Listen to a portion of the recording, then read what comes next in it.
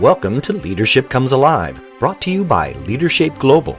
This is the show that will help you develop transpersonal leadership skills that improve business relationships and results. Learn to lead beyond the ego and bring about better performing, sustainable organizations. Accelerated learning in a virtual environment will make sure your leadership comes alive.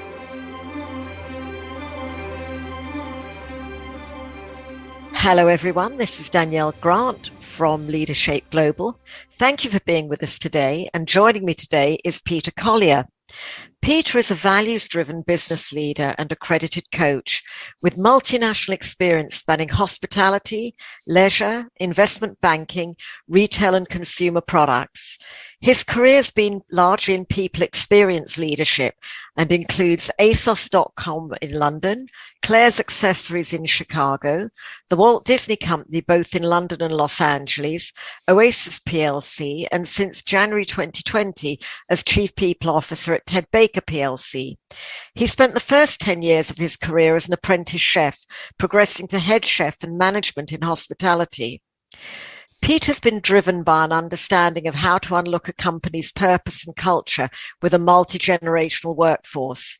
His role is to create an empowering organization where people can truly be their best. He aspires to build an ecosystem to create high-performance teams, exceptional leaders, and a collaborative culture that enables talented people to emerge and excel. In his spare time, he's a volunteer coach and mentor with the Supporting Wounded Heroes charity and balances life with his growing family. Today, we're speaking about the value of developing future talent for organizations through transpersonal approaches, which is something Peter has taken as part of his signature way of leading the people experience in his corporate roles. Peter, welcome to the show. Thanks, Danielle. I'm great to be here with you today. It's lovely to have you. First question, what does transpersonal leadership mean to you?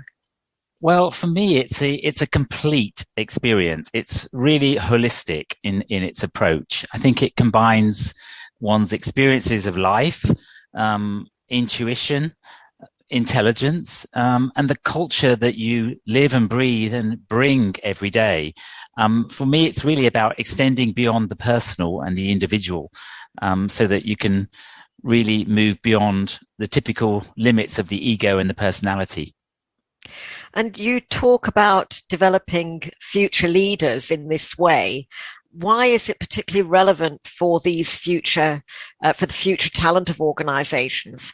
Well, I think there's a sea change of interest and almost excitement about how life is evolving, and there's no longer the separation really between personal life and work life, and the flexibility that's been really thrust upon us over the last year in particular has enabled us to really look at life in a very different way. So I think it's actually becoming more important than ever, looking at how we work, how we live, how we care for each other, how we treat people actually is becoming increasingly important. And the values of what I call our emerging generations are more focused than ever on doing the right thing, on sustainability, on being authentic and real, and showing humility. I mean, these are great qualities that just really resonate with me. And I feel when now is our time where we can talk about this safely, with experience and almost excitement about the future and how it's going to help, I think, generations which actually could have helped in the past, but we weren't so ready or able to open up to those topics and subjects at that point in our lives. So what was it in you or in your experience that attracted you to study it and adopt it as an approach? Well, I'm a huge fan of emotional intelligence. I have been for a long time. And for me, that has been a single point of difference in helping people, helping executives and leaders understand the key aspects, almost in, pinpoint detail as to what you need to improve and develop and focus on in order to avoid derailment at some point in your leadership life. And so the foundation of EI is the starting point for me. I think it's really holistic, the whole transpersonal journey. It brings together all of our emotions, our behaviors, the connection with neuroscience and how that helps us understand and learn at pace, which is increasingly important today. That really gives me something which we haven't really had before. And I think that, leadership, the expectations of leadership have evolved and changed. And in my role in HR, over the last, 30 years has significantly shifted from focusing on administrative and, paper-based processes to much more holistic care and attention of people's well-being, their personal motivation, and helping them not just progress in their work life, but become better human beings. And I think for me, that has been an exciting development in our profession. Are you an executive coach and need to take your practice to the next level? Now you can by becoming an ICF accredited transpersonal leadership coach. Brought to you by Leadershape Global, Transpersonal Leadership Coach Training is an intensive learning program designed to differentiate your coaching practice. Learn to work with leaders so they can create performance-enhancing, caring, ethical, and sustainable cultures through being a transpersonal leader. And give your practice some TLC that will make a difference. Find out more at leadershapeglobal.com. That's leadershapeglobal.com.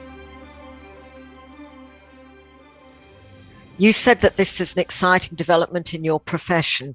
What is it about the people profession that makes this so relevant and so important to it? Well, that's a funny one, Danielle, because, like many people I know in HR, I got dragged into it, really almost kicking. I didn't quite scream, but I spent a lifetime in learning and development, really, and everyone was telling me that was the next place to go in terms of evolving my career. It literally did take me a couple of years to get my head around that and make the move, but I've been in it ever since. So clearly it was sound advice. But for me, I think that we're now at the pinnacle of our profession. And there's been nothing truer than over the last 12, 15 months through the pandemic, where the role of the HR leader has been one where you have to prove yourself in a way that the finance leaders had to do back in the recession. We've had to step up and manage and deal with really unprecedented situations in an immense space of not having all the information we need when we need it, and really evolving factors every single day. And so when you're managing people in a way that it's not only touching their work life, it's touching their home life, their personal life, their friends and family are impacted by this. I think the responsibility we have now is far greater than it's ever been. So for me, that's one point. The second point that I would say is I've always had very high expectations of people in our profession.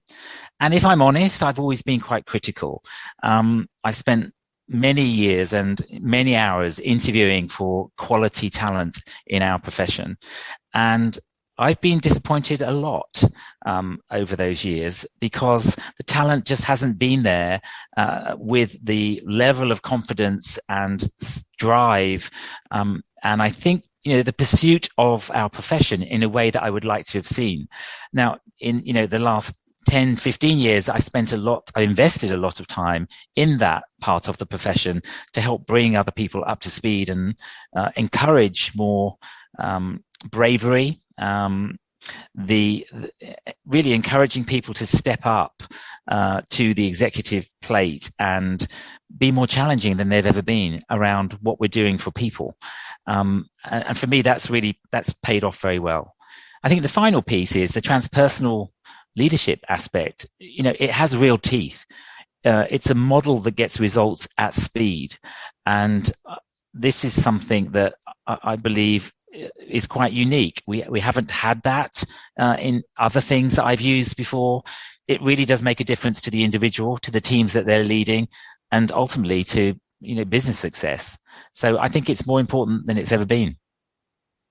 So that's quite a a list of attributes that you've discovered in transpersonal leadership. So what are some of your key messages that you'd like to share with our audience today? Well, I think there are many things here. There's as I've already mentioned, I think we're living in a world where our emerging generations place a higher value on sustainability, ethics, and how people are treated than ever before. I've always said that there's no such thing as a great company without great people. It's you and I that make the differences in our businesses. Every single person plays their role. And I think the transpersonal journey gets under the skin of this and helps us really explore and investigate what's going on for the individual at multiple levels. I think if you link the pandemic here in terms of how it's brought the vulnerability of life under the spotlight like never before, the whole importance of caring for each other, the importance of well-being, whether it's physical or mental or spiritual. I think there are so many different aspects which have now come to the forefront, which I think we can learn from. If we link inclusion and the importance of upskilling our leaders to deal with things that we've been challenged with over the past year. Black Lives Matters. If it's the first time you're dealing with transgender issues in an organization, there's lots of new experiences that are opening up to people that really haven't had a lot of training or investment in terms of how to deal with it. So I think that's another component, I would say. If we look at values, I'm a huge believer in linking our values to our purpose. Companies talk about having a clear purpose. I think it's critical to success today. But I think now we're starting to spend more quality time at an individual level, saying, why am I here? What's the difference I can make in the world? And if we link our values to that, there's something hugely powerful about this process that makes a difference. Joining the dots between the values, the mission, the behaviors that we see in an organization can be hugely rewarding if we get it right. And, we're humans, we're not chatbots. The whole compassion, caring aspect of just being together, seeing each other, being able to nudge each other, have a laugh and a joke in real time and in person. We've seen the value of that, having missed it for so long now, spending so much time on screens. I think that it's really highlighted something we've actually taken for granted for a very long time. And I think that's pretty important. And it's interesting that you say that about personal values and purpose, because I can remember since my 20s, I've always known I had a purpose. And in those days, I could only really express it as to touch the lives of people I come across in some positive way. Now, whether that was by giving up a seat on a bus, or by smiling at somebody, or by coaching them or developing them so it totally changed the pathway of their lives. I didn't really know at that age. I just knew that it was there for me. And it's an amazing thing that over the last 10 plus years since developing the Leadershape and transpersonal journey, I've been able to align all those things with something that I can take out into the world in a concrete manner, in a bigger way than simply by smiling at somebody on the bus, important though that might be to them. Mm-hmm. That's impactful, isn't it? Yeah. I think it's really inspiring. It just, as you say, it does take time. And I don't think we don't talk about it enough, firstly. And it's okay if you're not clear on what your purpose is. But I think every individual has the right to identify what it looks like for them through their life. And it can change as well. I've seen with my work with the veterans, I've seen how people's lives get impacted and changed beyond their control, and having to redefine who you are and what your new purpose is can take many, many years. But it's a very rich process when you reach the end. Yeah. And it's about not just having the what you want to do or what it is that you think your purpose is, but it's also about having a how and a why. Just a thought for you today. Leadershape have an ICF accredited transpersonal coach training course. If you or someone you know may wish to know more about it, please visit leadershapeglobal.com/TLC. So if anybody listening to this, whether they're an organizational leader or an HR leader, would like to experience the benefits of the approach you've described, what are your top sort of 3 to 5 tips for them? Well, firstly, it starts with us. It starts with each individual. It starts with you as the leader, as you're listening to this. And it's really understanding yourself. If you've got, no matter where you are in life, I believe one day I'll be a great HR leader. One day I'll be a great father, and I've been doing these things for many years. And that's my philosophy of life. So I think having clear philosophy is really important, understanding where you are, having this transpersonal oxygen mask focused on you first so that you are clear about who you are and what you stand for before you can start helping others, I think is an important point. We are in challenging times. I would say I would really encourage people to be braver, more courageous, take the step, always respectfully, because that's where people get let down. When they lose that component of respect, that's when they start sliding backwards. That if you're respectful, then it's rare that would happen to you. Be ever curious. I think curiosity is the thing that makes the difference for us, and be judgment free. Something which is very rare in today's world. And social media doesn't help that, in my view. I think that's something that we have to really magnify and elevate. And I guess the final thing is, for me, network with other people who have gone through the transpersonal journey. There are some different components to this of how it joins the dots. It weaves a model through all the different components of one's life and takes the learnings from the theories that we all are aware of, but the neuroscience, which is ever emerging. And for me, that's really exciting. It's a bit like our science through the pandemic, how we've evolved and emerged. I think the same is happening in the human profession now. So, be bold, be curious about that, find out what those techniques are, and experiment. One of the best points of advice I ever had was, I'd been coaching for many years and I hadn't qualified as a coach in a formal way. But it was my natural curiosity to want to be able to do that. And people around me were saying, you don't need to. You've been doing this for 10 years, Peter. It's like, I said, it's not that I need to. I want to. I want it to reinforce what I'm doing. There's just an inner urge that I had. And honestly, it was the best thing I ever did, because I've learned so much since.